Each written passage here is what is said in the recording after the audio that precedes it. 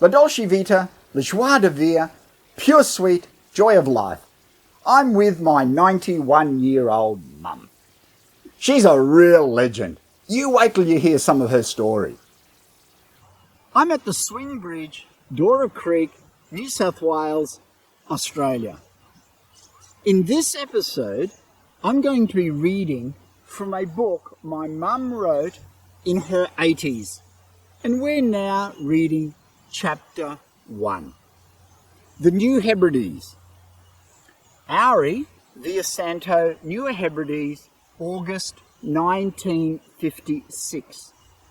Dearest Folks, this is our first letter from the New Hebrides, and there is much to tell. It's hard to believe that we are so far from home and about to enter a completely new and untried life. And as promised, I'll do my best to keep the letters coming when we learn how the mail system works out here.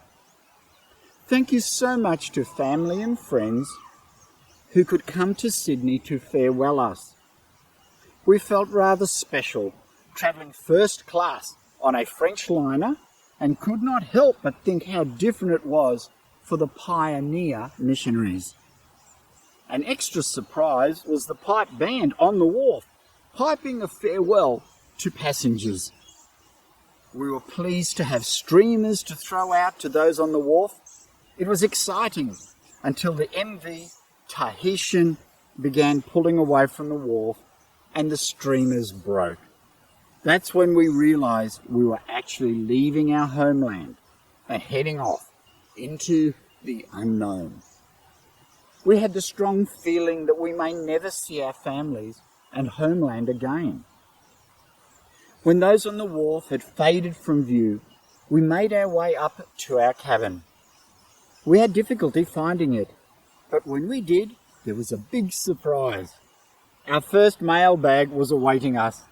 Dear Mrs. Wiles, who knew how much we would be looking for letters from home and how infrequently they would be arriving, had gathered cards and messages from you and so many others of our friends. We settled little Judith and sat and opened the bag. The messages were wonderful but overwhelming. It wasn't long before the tears began to flow. As we hugged each other, the feeling returned that we may never see you again.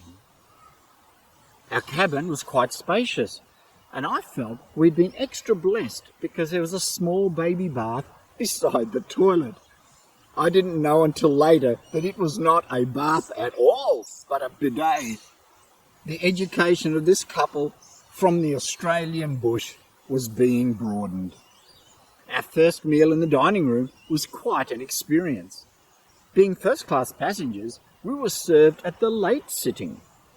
When we explained that we were vegetarians, the French waiters looked surprised, but provided excellent meals. We felt some of the other passengers were rather envious of our dishes. The waiter came to our table with a bottle of wine to pour for us, and we explained that we didn't drink wine. The look of surprise on his face amused us as he asked, "No wine?" He pronounced it vine, not vine. No vine. Never? We had no seasickness and gave up on the tables we'd been given for it. And by the time we reached Noumea, we had our sea legs. Actually, as we went ashore, we felt we had to find our land legs. Knowing there were French missionaries in Noumea, Horry suggested we find the police station and locate Pastor Paul and Jean Nguyen. We spent a happy time with them and their children before having to board again for the rest of the trip to Port Vila, New Hebrides, and then on to Santo. It was exciting as the Tahitian came into Santo port because the mission ship, Nakalagi, tied up alongside with our mission president, Pastor Freeman McCutcheon, aboard to greet us. We were made to feel very welcome. We gathered up our baby, the baby paraphernalia and our suitcases and boarded Nakalagi to be taken to the mission headquarters at Aurie, where 4 European missionaries are located.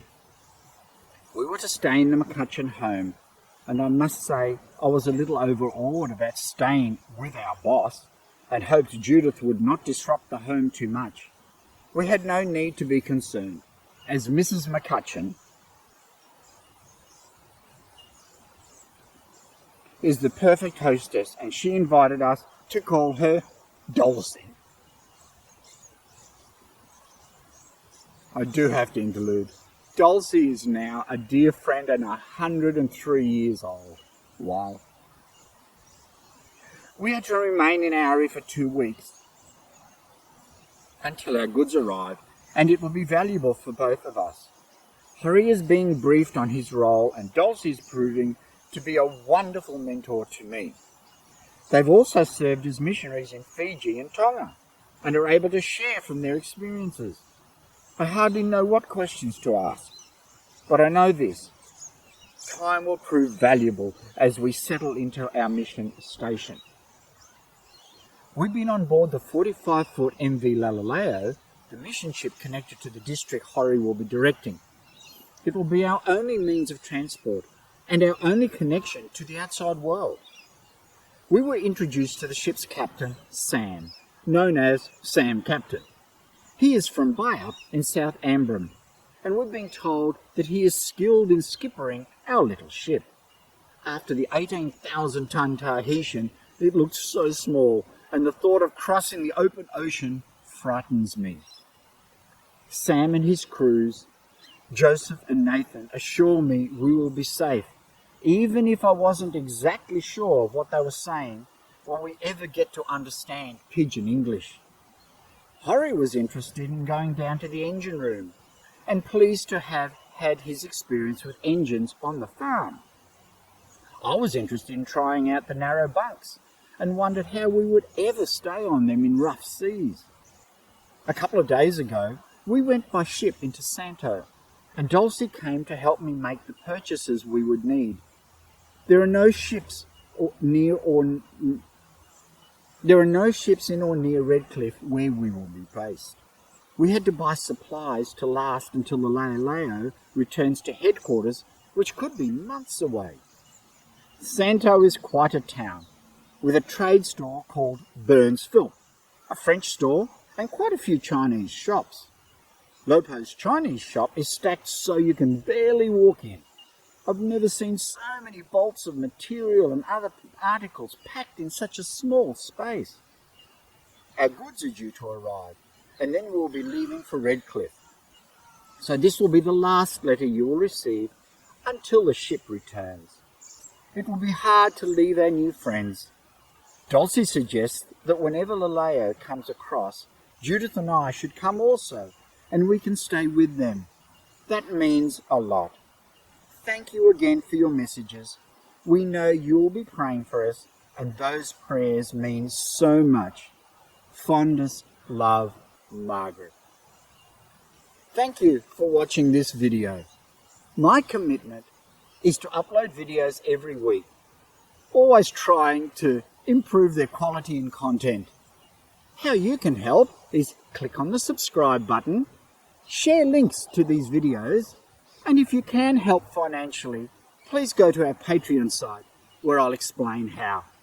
La joie de vivre, la dolce vita, pure sweet joy of life.